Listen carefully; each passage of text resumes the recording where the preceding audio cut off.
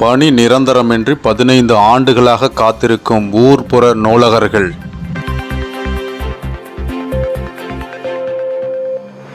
பணி நிரந்தரம் செய்ய வேண்டும், காலமுறை ஊதியம் வழங்க வேண்டும், பதவி உயர்வு வழங்க வேண்டும் என்பன உள்ளிட்ட பல்வேறு கோரிக்கைகளை வலியுறுத்தி தமிழகம் முழுவதும் ஊர்ப்புற நூலகர்கள் செப்டம்பர் 8ஆம் தேதி காலை 10 மணி முதல் மாலை 5 மணி வரை கவன ஈர்ப்பு உண்ணாவிரத போராட்டத்தில் ஈடுபட்டனர். இதே கோரிக்கையை வலியுறுத்தி சேலம் கோட்டை மைதானத்தில் நடைபெற்ற உண்ணாவிரதத்தில் சேலம், ஈரோடு, கள்ளக்குறிச்சி, நாமக்கல் ஆகிய மாவட்டங்களில் பணிபுரியும் ஊர்ப்புற நூலகர்கள் 50க்கும் மேற்பட்டவர்கள் கலந்து கொண்டனர்.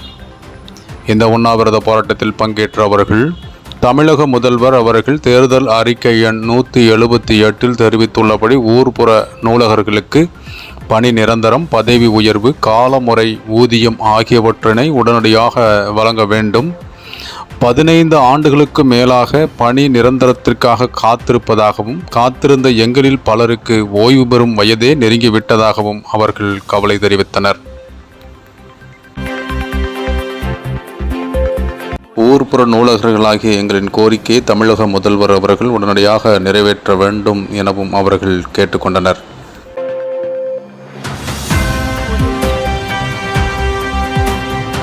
செய்திகளை உடனுக்குடன் தெரிந்து கொள்ள மக்கள் அரசு யூடியூப் சேனலை சப்ஸ்கிரைப் செய்யுங்கள்.